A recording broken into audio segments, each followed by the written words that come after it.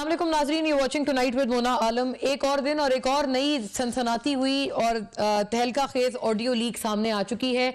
नई audio leak में नाजरीन मिलते जुलते इंकशाफात हैं, जो कि जिस तरह की रेवलेशन सामने आ भी रही हैं कि तोशा खाना से सिर्फ घड़ियां नहीं बल्कि और भी चीज़ों की आमदोरफ्त हुई है और ख़रीदो फरोख्त हुई है। तो उस किस्म की ही ऑडियो लीक आज मंजर आम पर आई है।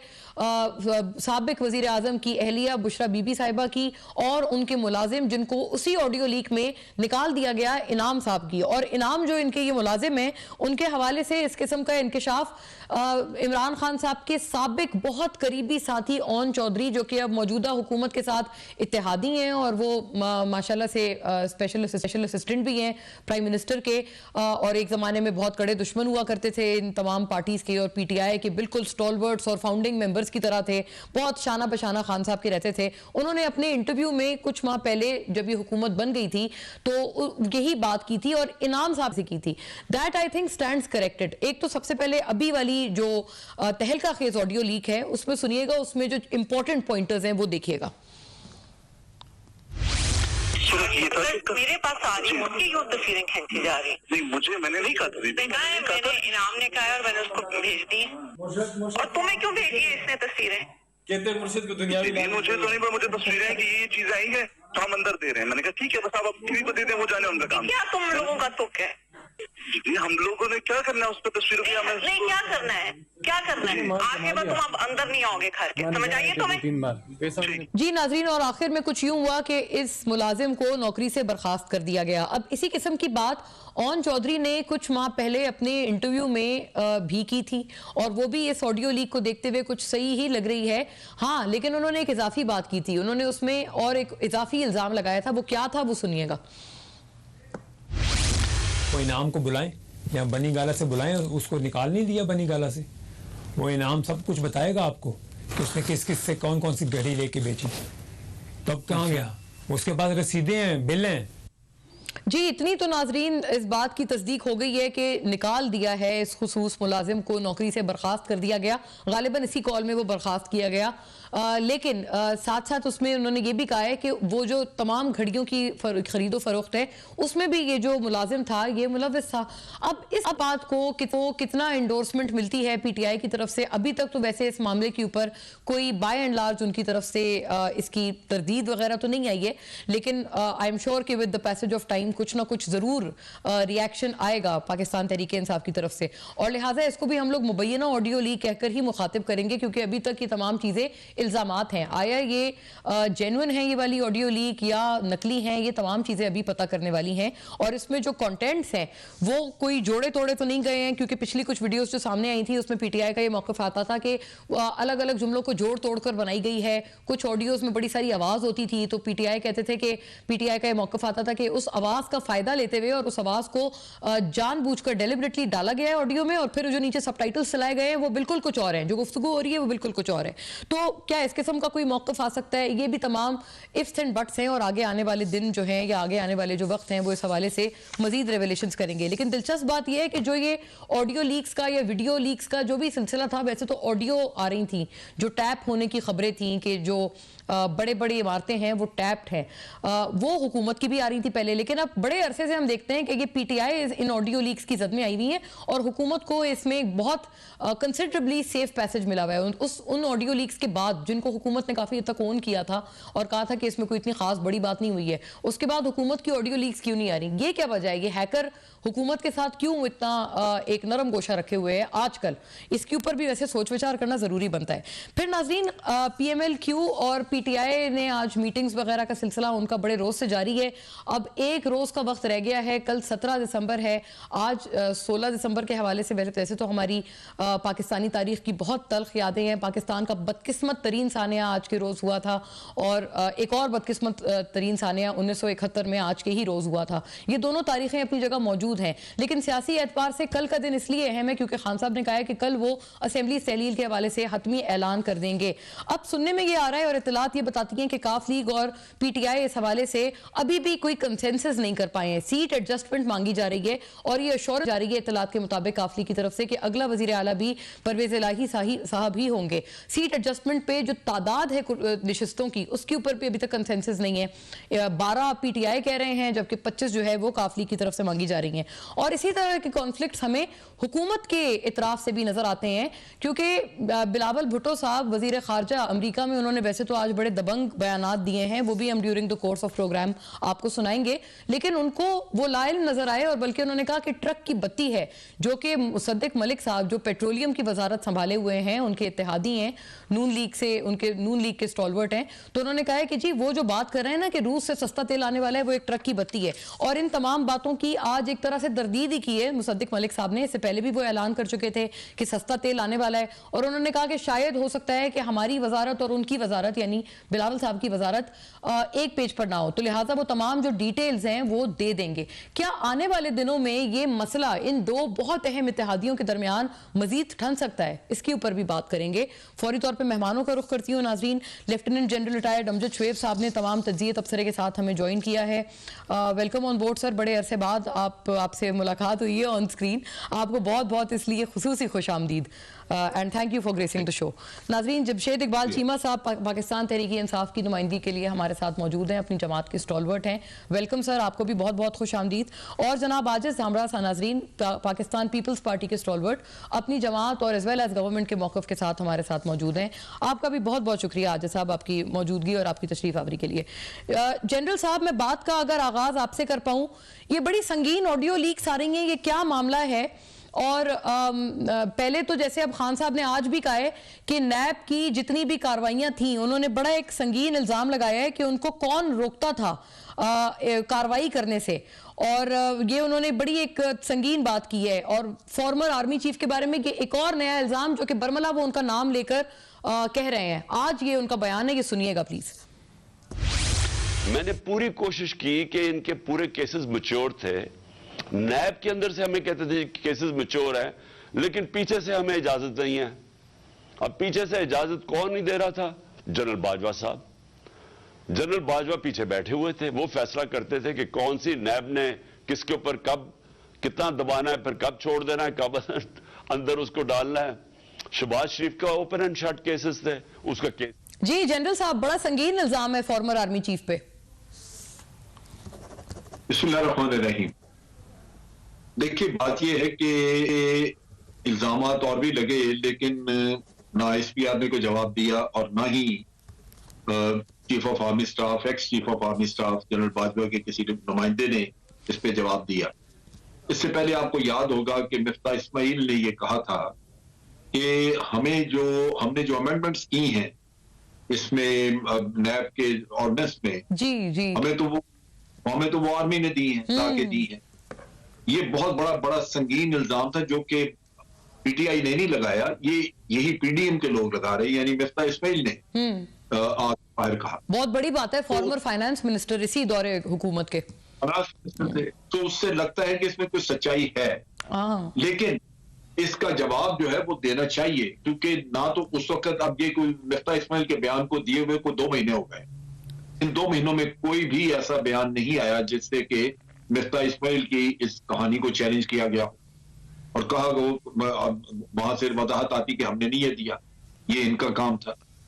और मैं बड़ा हैरान हुआ, क्योंकि मुस्तफीद तो ये लोग हुए, इनके केसेस थे, इनकी करप्शन के गले में हारन का वो केसेस बने हुए थे, तो जान इन्होंने छुड़ानी थी। लेकिन ये इल्जाम कर रहे हैं कि आदमी ने करके दिया, लेकिन उसकी भी चूंकि कोई वहां से वजाहत या कोई डिनाइल नहीं आया, तो इस वजह वो परसेप्शन जो है वो मेरा ख्याल मजबूत होती जाएगी वक्त के साथ साथ। अगर कोई भी इसमें डिनाइल या इसमें कोई रिस्पांस ना दी गई, कोई रिएक्शन ना दिया गया आर्मी की तरफ से, तो ये डेफिनेटली ये परसेप्शन। अच्छा सर, मैं अगर अर्ज करूं, जो फेयरवेल स्पीच थी जनरल बाजवा की, उसमें तो उन्होंने जवाबात दिए थे काफी इल्जामात के, और आईएसपीआर ने और आईएसआई ने मिलकर भी, आपको पता है वो जो जॉइंट प्रेस कॉन्फ्रेंस हुई थी, उसमें भी काफी सारे इल्जामात के जवाबात मौजूद थे। आपको क्या लगता है सर, अब ये जो नई एक ट्रांजिशन आई है आर्मी की कमान में और फौज की कमान में, क्या चीजें उससे बदलेंगी, या आपको भी, आप इस इंप्रेशन के हामिल हैं कि उनको भी अपना जो परसेप्शन है वो बेहतर करना होगा? जैसे पीटीआई बार बार कहते हैं और कहते हैं हमने तो बड़ी उम्मीदें लगा के रखी हैं अब प्रेजेंट जो लीडरशिप है उससे।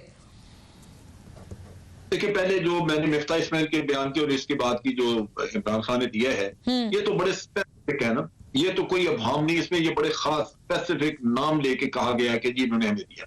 तो इसका तो बड़ा स्पेसिफिक जवाब होना चाहिए, यूं दाएं बाएं के इल्जाम की तरह नहीं। इसमें तो खास तौर पे बताना चाहिए कि मिफ्ता इस्माइल गलत कह रहा है, क्योंकि इससे एक परसेप्शन जो है बड़ी बातें बन रही है, उसको बीट कर आपकी कोई भी कोशिश और जिस तरह की भी आप कर रहे हैं उससे ये परसेप्शन खत्म नहीं हो।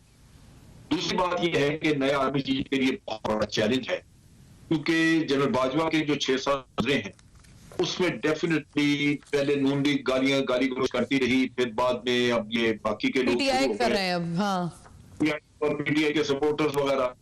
तो ये 6 साल ऐसे गुजरे हैं जिसमें कि मैं समझता हूँ किसी न किसी तरफ से आर्मी को तकलीफ ही पहुंचाई जाती थी, जबकि आर्मी इतनी कुर्बानियां देती थी, इस पीरियड में बहुत सारा काम किया है। अगर आप जनरल के वक्त में देखें तो FATF से निकलवाने के लिए जो उन्होंने कोशिश करके GHQ में सेंटर बने हुए थे इसके, इसी तरह कोविड का अगर देख लें तो GHQ में बना बहुत सारे, NCOC में भी बड़ा एक एक्टिव रोल था। लेकिन सर तो ये इनकी गलती है, ये दरअसल इन सियासतदानों की गलती है जो कि बिला वजह ये आर्मी पे ये इतने 6 साल के अरसे दराज में कभी नून लीग शुरू हो जाती थी, अब कभी PTI वाले शुरू हो जाते हैं, ये दरअसल इन लोगों की गलती है, पार्टियों की, दोनों की। पार्टी है ये मुजरिम है। मैं आपको एक चीज बताता हूँ, जितना बुरा भला नून लीग ये कहते रहे, खासतौर पे मियां नवाज ने, मियां नवाज शरीफ ने, मरियम ने, आज क्यों नहीं कहते? अगर आर्मी उनके साथ खड़ी हो जाती है तो ये सारे बिल्कुल ये भागड़े डालने शुरू हो जाते हैं, इनको सब मौज हो जाती है, कोई बात नहीं कर। आज PTI रो रही है, जब PTI के साथ थी आर्मी तो उस वक्त उनको भी कोई मसला नहीं तो था। दरअसल ये बिल्कुल आपने सही आपने बात की कि ये तमाम दरअसल मुजरिम है, ये आप ये दोनों जमातों के लिए कह रहे हैं कि ये हमेशा अपनी मफाद से चलते हैं, अपनी सूटेबिलिटी पे चलते हैं, ये बिल्कुल बात से है, हम तमाम देखते हैं। आज साहब ये बड़ी संगीन बात है, इसी वजह से वो कहते हैं जो फायदा मिला है ना वो ये आप तमाम लोगों को मिला है, और आप ये वही वाली चीज है कि बगल में बच्चा शहर में ढंडोरा। आप लोग खान साहब पे तनकीद करते थे कि ये देखें नैब को हमारे खिलाफ इस्तेमाल कर रहे हैं, खान साहब कहते थे नैब को मैं इस्तेमाल नहीं कर रहा था, लेकिन आपको जो बचाया जा रहा था वो इनकी तरफ से बचाया जा रहा था।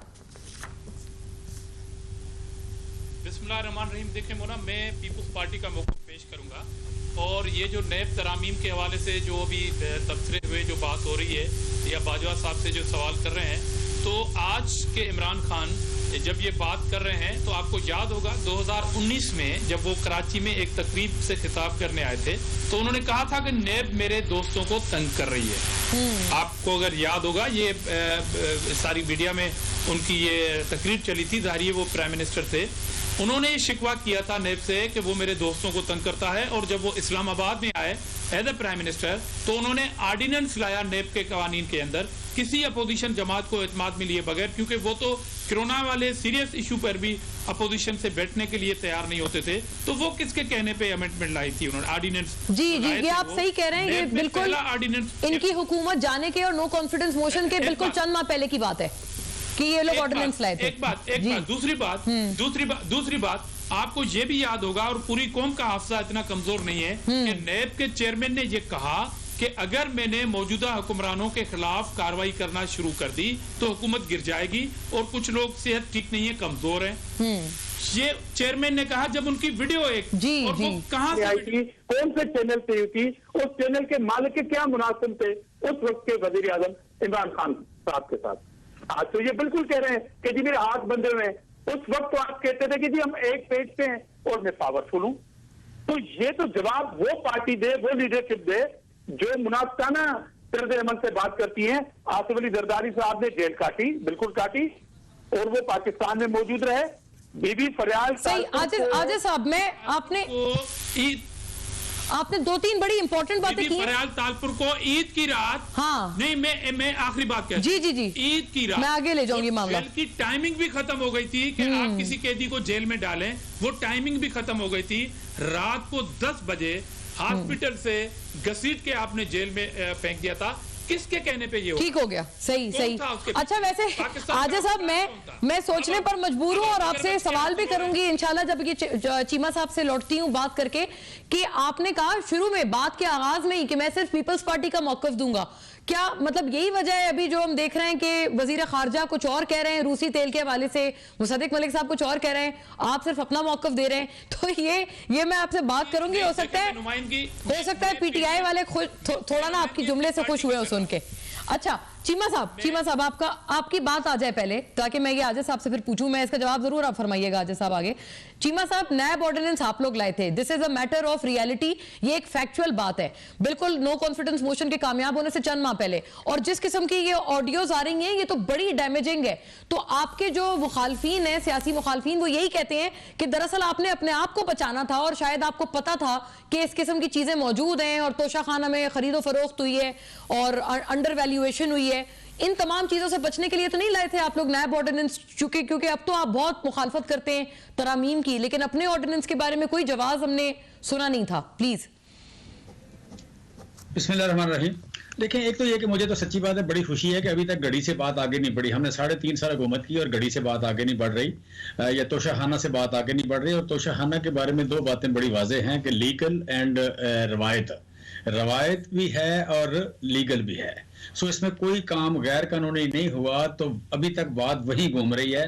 सो इसका मतलब है कि हमने या कम से कम हम कह सकते हैं कि वज़ीर-ए-आज़म इमरान खान ने वज़ारत उज़्मा का दौर बड़ी शफाफियत से गुजारा है। ठीक है, हम ये डेफिनेटली हम कह सकते हैं। दूसरी बात में जनरल साहब की आई है कि जनरल साहब ने कहा जी ये मुजरम है, यही मसला है इनका, इन लोगों का ये मसला है कि ये बाकायदा अदालत भी खुद बन, जनरल भी खुद हैं, साफी भी खुद हैं, अदालत भी खुद बन जाते हैं। तो मैं समझता हूँ कि ये जो मुल्क है, इस मुल्क में जो कुछ जनरल बाजवा ने किया है ये किसी से छुपा हुआ नहीं है। मैं समझता हूँ शायद इतना नुकसान याह्या खान ने नहीं किया था जितना ये करके गए हैं। वो अदारों की इज्जत के हवाले से हो, यहाँ पे ट्रांसपेरेंसी के हवाले से। जी मैं कह रहा हूँ कि यहाँ पे ये बड़ा संगीन आपने इल्जाम लगाया। मैं चीमा साहब, मुझे ब्रेक का कहा जा रहा है, मैं बिल्कुल आपकी तरफ लौटूंगी, आप अपनी बमल कीजिएगा। आजा साहब तो खैर इतना नाला नहीं हुए, लेकिन जमशेद चीमा साहब ने तो बड़ा मेजर रिएक्शन दिया है। आफ्टर अ ब्रेक इस पे बात करते हैं।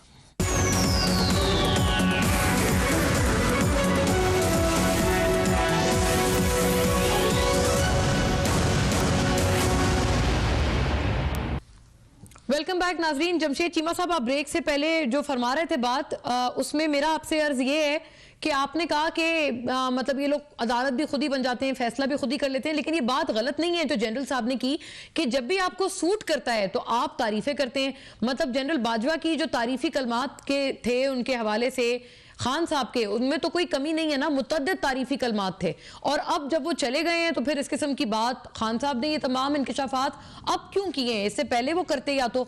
और अभी जो प्रेजेंट आर्मी चीफ हैं वो तो जब ISI के सरबरा थे तो उस वक्त तो खान साहब के होते हुए ही उनको मुद्दत पूरी होने से पहले हटा दिया गया था, और अब खान साहब उनके हवाले से ऐसा बयान देते हैं जैसे मतलब वो जानते ही नहीं कि वो कौन है। तो ये देखिएगा जो खान साहब अभी प्रेजेंट आर्मी चीफ के बारे में फरमाते हैं। नया आर्मी चीफ आया है, इसको टाइम देना चाहिए। हमने इसकी बड़ी अच्छी चीज़ें सुनी हैं, जनरल आसिम की बड़ी तारीफें सुनी है मैंने, और मैं ये उम्मीद रखता हूँ कि ये अमर बिल मारूफ पे चलेंगे। हम तो इनसे उम्मीद लगा के बैठे हुए। जी चीमा साहब, अगर तारीफें सुनी है तो इनको हटा क्यों दिया था आपने टाइम से पहले उस वक्त की तकर्रुरी से? अच्छा, मैं कहता हूँ कि पाकिस्तान दुनिया की 5000 साल जो मॉडर्न तारीख है, मॉडर्न तारीख में आप देखें कोई गंदे से गंदा, बड़े से बड़ा, बुरे से बुरा, अच्छे से अच्छा कोई ऐसा हुक्मरान जिसके साथ लोगों ने तावन ना किया हो। जिसके पास भी रियासत के वसाइल आएंगे लोग उसके साथ कुछ ना कुछ तावन करते हैं। जिसके पास भी रियासत आ जाती है लोग उसके साथ तावन करते हैं। इसके अलावा चारा नहीं होता। रियासत या वहां के लोग अवाम जिंदा नहीं रह सकते। आपने, मुझे बड़ा अच्छा लगा सर, आपने बड़ी दिल की खुली डुली बात की है। हाँ जी। अच्छा, बेसिक बात है कि ये वसाइल बांटना, ये पहली बात है कि मुझ में इतने हौसला होना चाहिए कि अगर मेरा कोई मुजरम, आप कह लें उसने कोई गाउन पहनना है या वर्दी पहननी है, या मुलजम मेरा जो गाउन पहनना है, ये मुझे डाउट उस पर है, तो मैं किसी सियासी बंदे का नाम ना लूं। अगर मुझे आज कोई ऑडियो आती है, वीडियो आती है, तो मैं मरियम नवाज गाली देने या बिलावल को कुछ कहने की बजाय जो बंदा जिस पर मुझे शक है मैं उसका नाम लूं।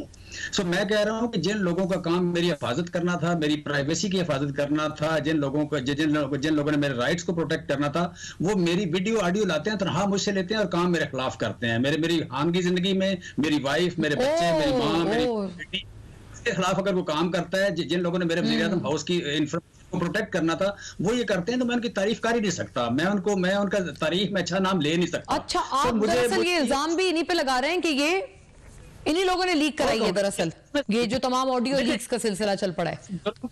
जिस जुर्म को स्टेट पकड़ेगी नहीं, वो उसका इल्जाम स्टेट पे आएगा। जिस बड़े जुर्म को पूरी स्टेट अगर पकड़ती नहीं है, कहीं इंक्वायरी होती कहीं तहकीक होती नजर नहीं आती, तो वो इल्जाम जो है वो स्टेट पे ही आएगा, वो FIR अवाम में चली जाएगी। चीमा साहब, ये मुझे इजाजत दीजिएगा, आपने बड़ी जरूरी बातें की हैं। इमरान खान को गोलियां लगने की अगर कोई मुजरम नहीं पकड़ा जाता तो स्टेट पे इसका इल्जाम आएगा। उन लोगों को जिन पे इल्जाम था, वो अपने आप को करना चाहते हैं, ठीक हो गया, पकड़ चाहे वो खान साहब पे कातिलाना हमले की बात हो या फिर ये ऑडियो लीक्स का मामला हो, जो प्रोब नहीं होगा उसका इल्जाम आएगा। बड़ा एक सिंपल सा लॉजिक है जो बयान किया है चीमा साहब ने। जनरल साहब, इल्जाम आएगा जब तक अगर रियासत उन इल्जामात की तफ्तीश नहीं करेगी ट्रांसपेरेंसी से, तो इल्जाम फिर रियासत पे ही पलट कर आ जाएगा। और जनरल याहिया ने इतना बुरा नहीं किया जो चीमा साहब ने भी फरमाया, जितना जनरल बाजवा ने किया है। मैं चीमा साहब की इस बात से इत्तेफाक करता हूँ कि गलाजत इतनी ज्यादा आ चुकी है, कोई गंदी वीडियोस लिए फिर रही है, कोई किसी के पास ऑडियोज हैं, ये कोई सियासत का तरीका है। को जितना जलीलो रसवा किया है इन कामों ने, मेरा नहीं ख्याल कि किसी और चीज ने, क्योंकि तो घटिया तरीन लेवल है सियासत। तो मैं तो खुद भी इसकी मजम्मत करता हूं। इल्जाम जिस पे भी हो, तहकीकात होनी चाहिए, ये सियासत में से ये चीज खत्म होनी चाहिए। हम वीडियो फिर रहे हैं, आप लोगों को शक व शुबे में डाल देते हैं। जो भी थोड़े बहुत मशकूक किरदार के लोग हैं, अदालतों में बैठे जज, उनके बारे में सुनना शुरू हो जाए, उनके बारे में आ जाती है बात के जी शायद वीडियो से इस वजह से ये काम नहीं ऐसे हो रहा। ऑफिसर्स हैं अगर महकमों में, तो उनके बारे में ये बात आ जाती है। सियासतदानों का मसला आ जाता है कि जी उनकी ना वीडियोज हो। ये तो खुले आम लोगों ने धमकियां दी हैं, इतराफ किए हैं कि जी हमारे पास वीडियोज हैं और ऑडियोज हैं। तो मैं समझता हूं कि ये गिरावट की एक बहुत ही घटिया किस्म की गिरावट है कि सियासत को बिल्कुल गलीज करके रख दिया है। कि लोगों के घरों में जिस तरह की आजम सवाती की वीडियो की बात होती है, जी शर्मनाक, अरे इंतहाई शर्मनाक काम है। मैं तो बड़ी मजम्मत करता हूँ, ये चीज खत्म होनी चाहिए हमारे सियासत। अच्छा, इसका इल्जाम किसके ऊपर है जनरल साहब? अगर इस एक जुमले में फरमाए, आपके व्यू में कौन इसके लिए जिम्मेदार है? हुकूमत जिम्मेदार है या अभी जैसे रियासत के हवाले से बड़ी बात की है चीमा साहब ने? इसमें रियासत की जिम्मेदारी है कि वो मुजरिम ढूंढे। अगर रियासत नहीं ढूंढेगी तो जो इस वक्त की हुकूमत है रियासत में, वही इस वक्त उनकी कारगुजारी है। बहुत सही हो गया। लेकिन ये बात बड़ी दिलचस्प है जनरल साहब, बड़ी सारी ऐसी चीजें होती हैं जिनका ना जो सिविलियन गवर्नमेंट है वो इल्जाम ही नहीं लेती। जैसे आपको याद होगा अली वजीर का जो मामला था, तब की जो सिविलियन हुकूमत थी PTI की, वो भी कहते थे कि भाई हमारा इससे कोई ताल्लुक नहीं है। अभी उनके अपनी गवर्नमेंट है, उनके इत्तेहादी भी हैं, उनकी जमात के PTM वगैरह के, वो भी कहते हैं कि भाई हमें नहीं पता क्या हो रहा है, और बिल्कुल कहते हैं इसके ऊपर बात ही ना की जाए। तो ये बात सही है कि हर दौर में कुछ ऐसी चीजें होती हैं जिसके बारे में सिविलियन हुकूमत अपने आप को खोल के कहती है कि हम बेबस हैं। बेबसी उनकी होनी नहीं चाहिए ना, होनी नहीं चाहिए। जी बिल्कुल नहीं होनी चाहिए, दुरुस्त। आजिज साहब, आप भी यही करेंगे? आपके ही सूबे में अली वजीर साहब ये तमाम कैदोबंद वो काट भी रहे हैं, और आजम स्वाति साहब भी सिंध पहुंचे थे। तो अब आप भी कहेंगे सिविलियन गवर्नमेंट, आप उस वक्त तो PTI को कहते थे कि भाई आप हुकूमत में, अगर आपको नहीं पता, आप इतने बेबस हैं तो आप छोड़ दें। तो वो यही बात अब आपके बारे में कहते हैं कि अगर आप इतने बेबस हैं तो आप छोड़ दें। और मैं आपको ये भी बताना चाहती हूँ कि खान साहब ने नेटफ्लिक्स पे एक मूवी देखी है, और उसमें उन्होंने एक चीज देख के बताई है कि किस तरह से लोगों को सस्पिशियस तरह से ठिकाने लगाया जा रहा है। ये सुनिएगा खान साहब ने क्या इल्जाम लगाया है, बड़ा संगीन आप लोगों पे। 4 आपके गवाह हार्ट अटैक से मरे हैं, और जो इन्वेस्टिगेट कर रहा था डॉक्टर रिजवान, वो भी हार्ट अटैक से मरा है। एक नेटफ्लिक्स के ऊपर प्रोग्राम देख लें, उसमें बताया गया है कि ये कैसे एक नर्स ने कितने लोगों का कत्ल उनको मारा था जो हॉस्पिटल में थे। कैसे मारा था?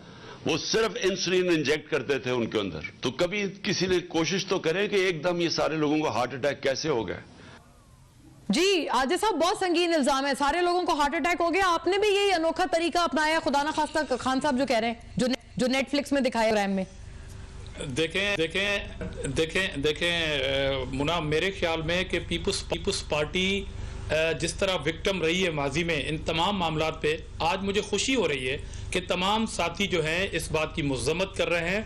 अखलाकी तौर पर बीइंग अ पॉलिटिकल कारकुन मैं इन तमाम मामलात की मज़म्मत करता हूँ, मगर जब हम विक्टिम हो रहे थे तो आप भंगड़े डाले थे। मिसाल के तौर पर ये जो वीडियो और ऑडियोज़ की बात आ रही है, जब आप एक पेज पे थे, बाजवा साहब और साबिक प्राइम मिनिस्टर एक पेज पे थे, तो ये नेब चेयरमैन की जो वीडियो आई थी किसने रिलीज की थी?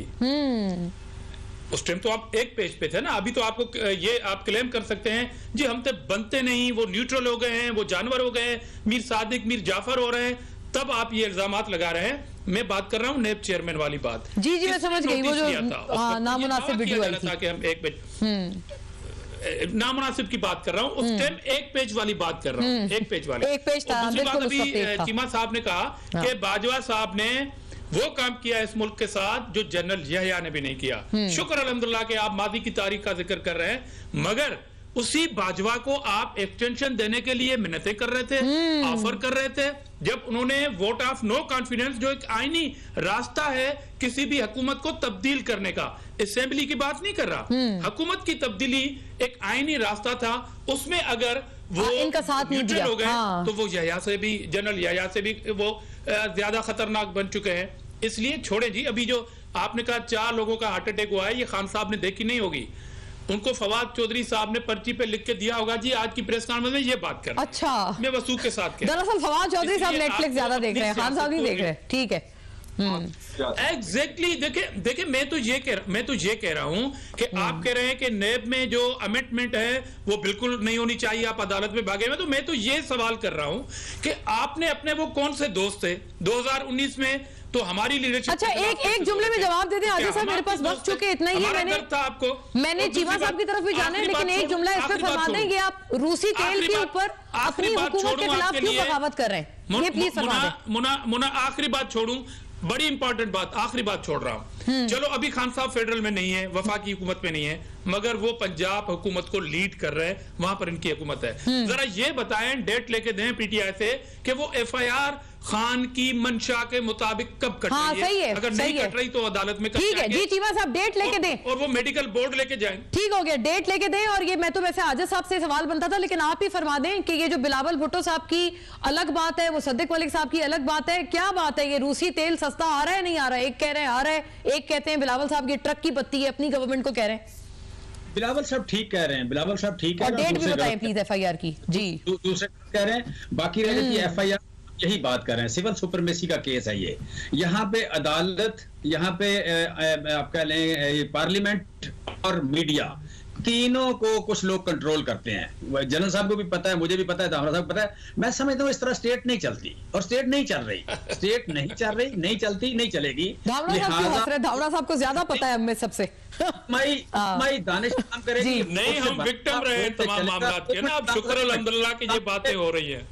साहब एक मिनट, ये वोट से बना था, वोट से चलेगा। जो समझता है कि वो हमसे ज्यादा अक्लमंद है, जो समझता है हमसे ज्यादा मुहब्बत बताना है, हम उसको कंडेम करते हैं।